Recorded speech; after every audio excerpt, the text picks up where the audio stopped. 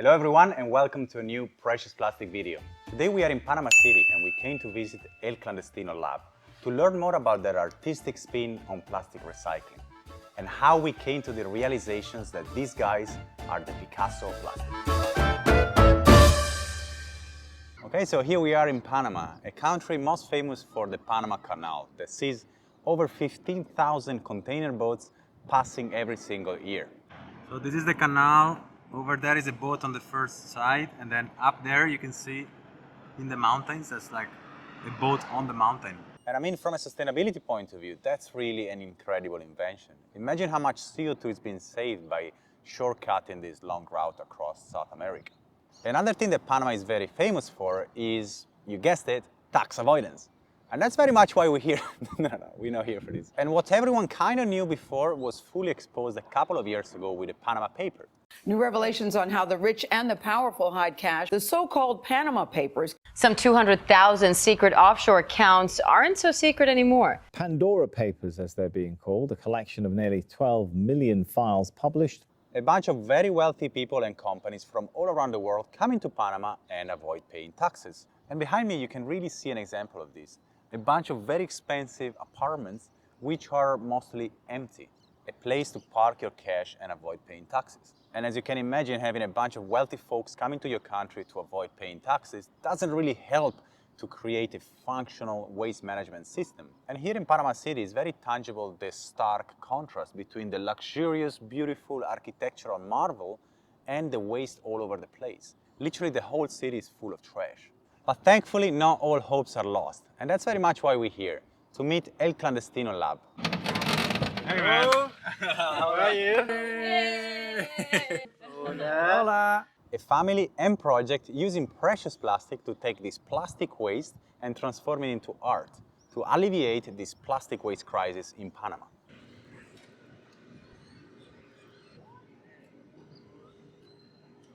Hi everyone, I'm Nahuel. And I'm Juli, and this little guy is Rio, and together we are Clandestino Lab. Here in Clandestino, we're a design studio, and we create new stuff out of recycled plastic. But we love experimentation, and we created a new type of sheet, a Picasso style sheet that we created with our offcuts and with our waste. Okay guys, so let me show you our space. Okay, so this is the sheet press. This is a precious plastic machine that we download the files and we build it on site. We have some issues in the beginning, but now it's working and it's our main tool here in the workshop, and it works together with the cooling press that we also built it ourselves based on the precious plastic blueprints. And this is Manuel, this is our master of the sheets. He is the one in charge of producing the sheets every day. Boom. So this is where we store the sheets after the cooling press. In average, we produce 4 or 5 sheets per day. And we mainly use HDPE because it's our favorite material, but we also play with LDPE and PP, but mainly HDPE.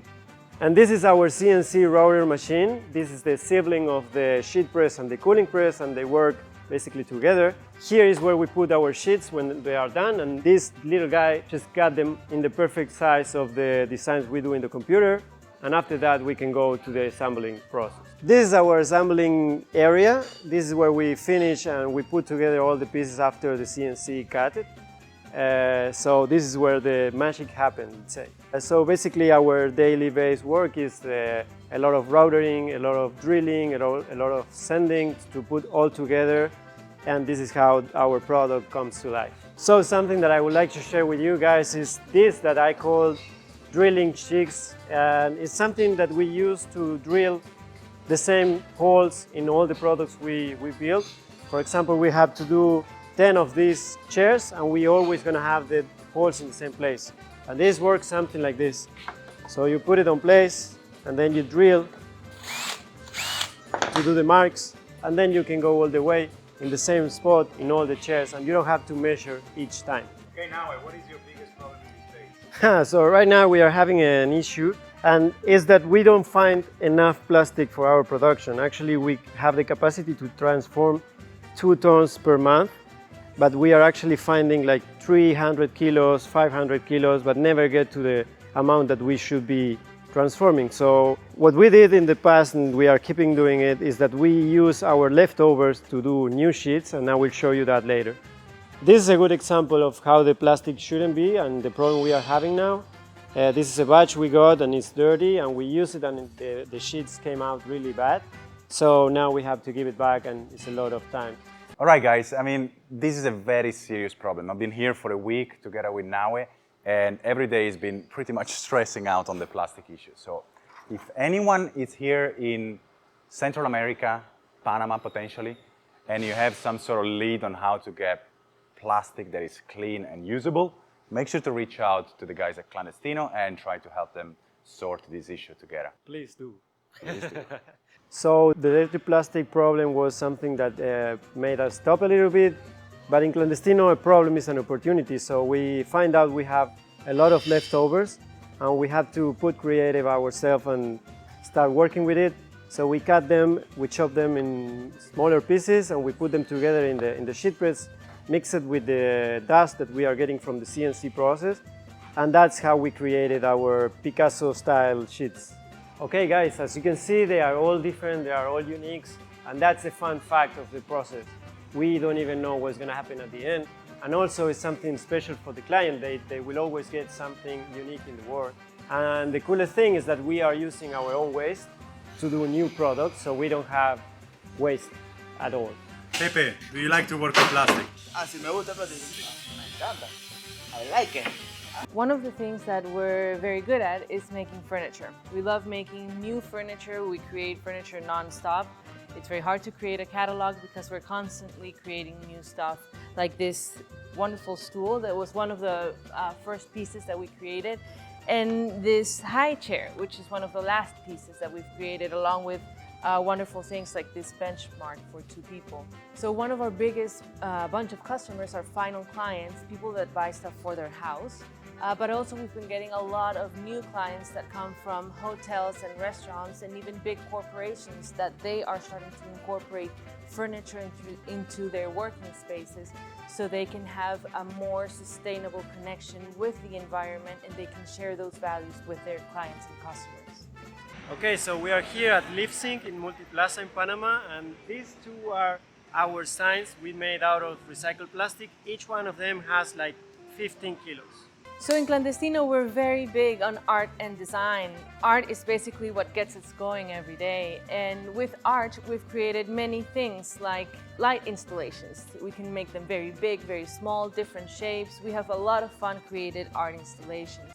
All right, so we're just finishing to pack up this art installation that will go to a music festival downtown in Panama City to give the ravers some nice recycled art. We also have wall art, and we create this wall art with this amazing Picasso style sheet because they're already very artistic in themselves, but we also have wonderful other art pieces. So here we have one of our signature pieces, the fly, and it's very special to us because it talks a lot about what we do in Clandestino. The fly represents a bothersome bug, it represents trash, but when you see the fly on the wall as a piece of art, that's what you're seeing, art. You're getting the experience that it can be beautiful as well. And what we do in Clandestino is we take trash basically and we transform it into new, beautiful and meaningful stuff. Another one of our signature pieces are the coasters. And we created this cool way of stacking them on top of one another, and that was a big breakthrough for us. And we also have this piece. It's more of a board where you can put some cheese on. I love cheese. So this was also very wonderful. All right, thank you. My God, this operation is blowing my mind. Really, really phenomenal to see. So happy to have you here. It's so great to be able to share the madness that we do, and to have the world take a little look at what goes on here in Clandestino. And to inspire many thousands of people out there that are potentially considering to start a recycling business. Definitely. And these people, they usually want to know a little bit of the behind the scene, the numbers, the data, because that's at the end of the day what matters, right? So why don't we just start from the very thing that we are sitting on, these beautiful Picasso sheets.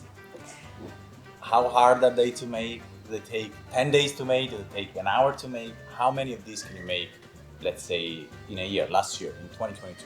Well, in 2022, we were recently looking at the numbers, and we created around 4 or 5 per day. And that sums up something around like 1,500 sheets that we made in total. Wow. And that includes, I would say, around 500 sheets on Picasso style sheets. Okay. Because we first have to create the regular sheets, and with the cuts that we have from that, we create the Picasso sheet, which is also a big number for us. All right, the next natural question is, how much plastic is that? How much plastic do you recycle in a year? Well, we recycled over around 2 tons per month. And yeah, we're trying to raise that number a little bit. Okay, so you guys make these sheets, very often you sell them as they are, but very often you transform them into very beautiful furniture pieces, right? Correct. How many do you make of those in a year? Well, to be exact, last year on 2022, we sold 563 pieces of furniture, basically. Amazing. And Yeah. this is both to final customers and to businesses. Exactly. And do you know roughly, is it like 50-50 or is it? It's actually 47% are the final customers, and the rest are distributed between hotels, restaurants, and corporations. Okay, and I'm very curious because of course, making money and making an organization sustainable, it's kind of important, Yeah. So I'm very curious to understand if you have some figures on the revenue that Clandestino generated in 2022. Yes, in 2022, although it was a good year, it was not, I think, we're just starting. Even though we already have like 3 years on the market, we still feel like we're still fine-tuning our machines and everything. We don't have the amount of plastic that we would like to, so we're not on full capacity yet. And with it not being full capacity, we were able to, in the past 12 months, have a revenue of $102,000. How's that in Panama? Is that like a good... I think that for us, being the first ones to work with trash and getting the product out there, people to get to know the material, I think that's a pretty good number. But I think that's only the basis. I think that also talks to the customers, to the possible investors, that this is a very good deal. We can create a lot more impact in the planet, a lot more plastic that can be recycled, and a lot more revenue as well. And I think a thing that I'm seeing here, again, like I'm seeing all over the world, is that in your case, plastic is a bit of a problem, to source plastic, but Yeah. the demand is endless. Yes. Demand is way more than you can actually process. Exactly. We're getting demands from a lot of countries in the region, and we're having to say no for reasons that have to do with the plastic, that we're not able to access the amount of plastic that we would need to in order to fulfill big orders. I'm always very curious to understand a little bit sort of the value that precious plastic has provided organizations, and Clandestino in this case. Well, precious plastic became a way that we felt comfortable participating in society. And it sounds very big, but we were always very uncomfortable with the way that we were consuming and discarding. So we realized that precious plastic was providing the platform for us to be able to consume and discard in a very respectful way, in a way that allowed us to do art and to do design. So to do the things that we love and at the same time give back. So for us, it meant a new way of living. And the good thing is that it didn't only provide peace of mind to us, but it also, like you said, inspired a lot of people. And through our products, people have the opportunity to engage in a change. And one other thing, I'm just gonna open a little behind the scene here, which I feel particularly proud of, is that you guys have started at Clandestino pretty much built on precious plastic machines, and that gave you the sort of safety, financial safety, to also expand your family. And now you have Rio, and to me that's just one of the biggest achievements, that you guys are able to say yes, we can start our family because the business is looking good and it's gonna grow. Yeah, definitely. We started with our own savings. We invested all of our savings, and it paid back, because in the second year of the business, we were already getting a salary. Now come here. Hola, hola, hola. The boss is here. Okay, guys, thank you very much. It's been a gigantic pleasure for me to come here, to get inspired, and to be able to share with the community, with the planet, the incredible work that you guys are doing. Thank you very much. Until next time, ciao! Ciao!